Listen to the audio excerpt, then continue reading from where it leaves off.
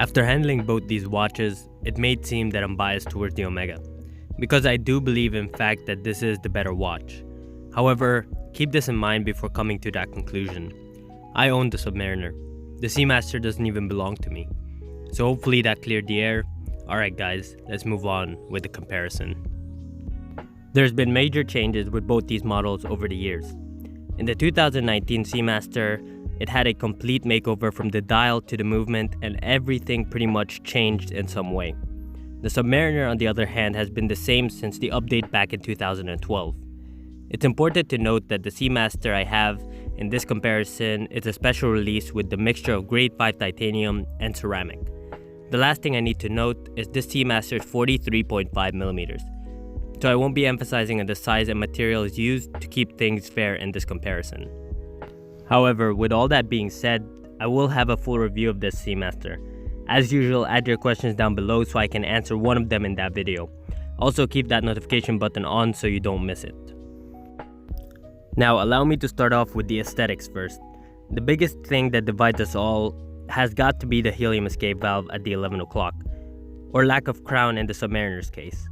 I get the appeal of not having the crown at 11, however, if I'm being honest, it is part of the Seamaster DNA.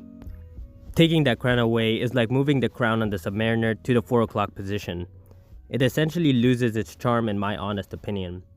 Now, I do understand that the first Seamaster introduced in 1948 did not have the crown at 11 o'clock, but technically that was not a dive watch.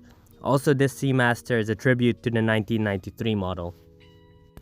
Now, the last point I wanted to make in regards to the crown is that there's already dive watches in the Seamaster line without the crown, such as the Seamaster 300 or the Aquaterra line. So we aren't out of luck, and personally, I don't think it would make sense to remove it, whether we like it or not. Now, with all that being said, I do like the cleaner look of the Submariner without the helium escape valve, and the helium escape valve is not needed for the vast majority anyway. It's more of a gimmick, but a functional one, that will assist divers that may use it. We all know most divers will be using computers anyway. But just taking a look at the Submariner, I do get it. The cleaner look of the other side of the crown does look a lot better.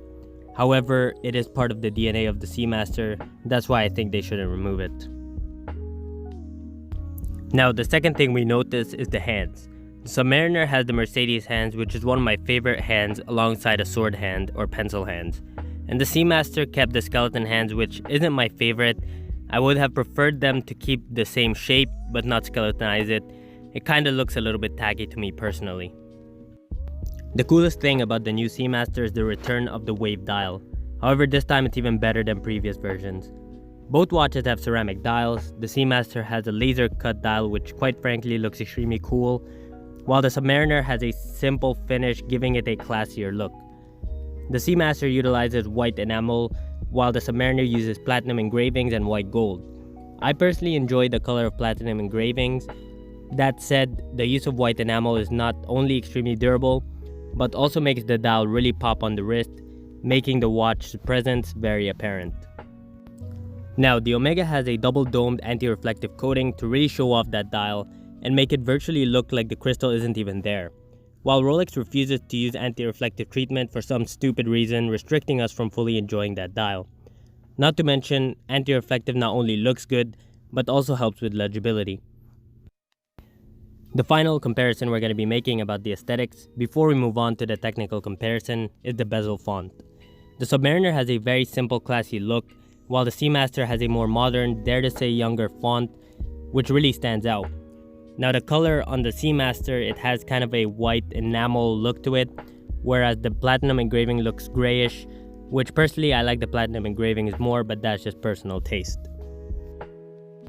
Now, allow me to get a little bit technical. The Rolex in this case doesn't have a date, and it has the 3130 movement, while the Seamaster utilizes the new and improved in-house 8800. Here is where the Seamaster really shows off, in my opinion. The 8800 has a twin mainspring barrel, which aids the watch to maintain accuracy all the way to the end of the power reserve, while the 3130 uses a single mainspring barrel, which starts to lose accuracy by the end of the power reserve. Now, the 8800 is anti-magnetic, Meta certified. Meta's tested 15,000 Gauss, while Omega tested up to 60,000 Gauss, which is absolutely ridiculous. Now, Rolex in this case has been really secretive about the matter, but it's been rumored that this watch has an estimate anywhere from 1500 to 1800 Gauss. Safe to say, when it comes to anti-magnetic properties, Omega wins by miles. Now, of course, when we're talking about Omega, we have to mention the coaxial escapement.